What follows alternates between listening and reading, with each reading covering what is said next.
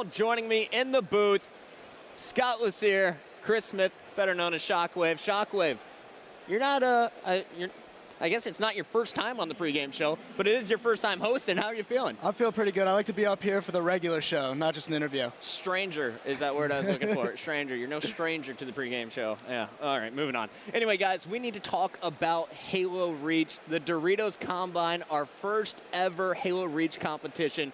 What are you guys expecting to see this weekend? I'm expecting to see a lot of action, a lot of good action. I mean, I have not played as much Halo Reach as I would have liked, so I can't wait to go out there and see what all these guys are doing. And, you know, we have some very awesome pro scouts here this weekend.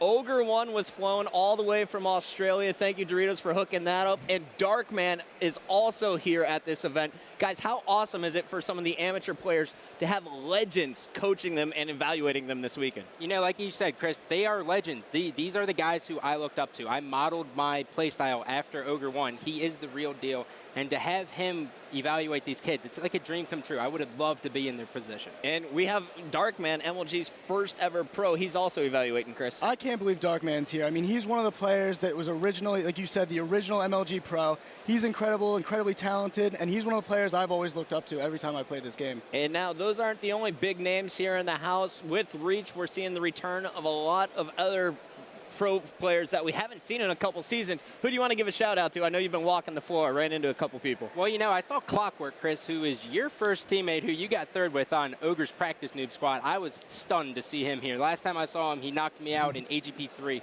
Yeah, and Clockwork, former member of STK, he played with the Ogres. And Chris, we also ran into Vash and Mac. Yeah, those are old teammates of me and Scott, both guys, old school Halo 2 players, very good at the game. So veterans are in the house. Thank you, Halo Reach, for bringing them back. Love to have it. But guys, the game's been out for about a month now. I want to get your impressions on the game. Starting off with you, Chris, what do you think about the game so far? I personally love the DMR. I love the fact that it's not a 3-round burst anymore, sort of like the BR was in Halo 2 and Halo 3. The DMR's got the single shot. It registers a whole lot better, and I just love the weapons all around in Halo Reach. And you know, Chris, I agree with the DMR, but on the whole, I have to give it to the armor abilities. I mean, they add a whole new aspect to the Halo world that we're not used to. Strategies are going to be made for them, different positions, they'll be more beneficial. And me personally, I like sprint. I hope MLG includes it in everything. I love running faster on the map. Gets me quicker to the sniper. Exactly, exactly. Scott, sniper, it goes hand in hand. Well, guys, you know, we also have to talk about Halo Reach coming out. Brand new game, but everyone's still kind of back in the Halo 3 groove. New competitive title out there. How do you adjust to the new game? I think the key for Halo Reach is going to be to kind of come in with an entirely new mindset.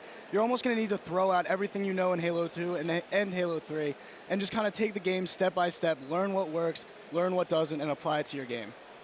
And you know, for me, it's all about the passion. I mean, it happened to me. When you're used to being on top of the world and you're the main slayer and then a new game comes out and all these young guys come up, you just can't lose your passion. Eventually, it's going to click. If you have the talent, you just have to be patient with it. The game will click eventually.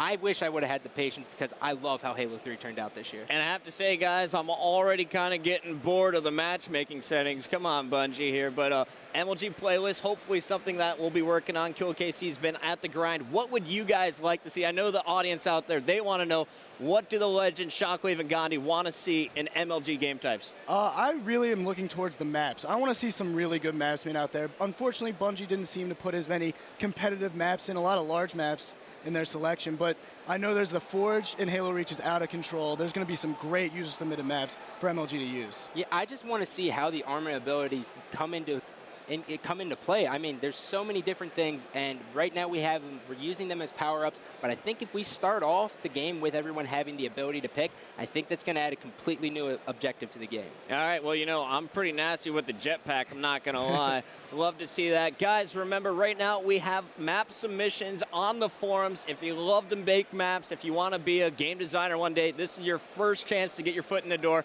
If you make an awesome MLG custom map, we might be using it on the pro circuit next year. So head over to the forums, check out the Forge threads. It's pretty awesome stuff going on.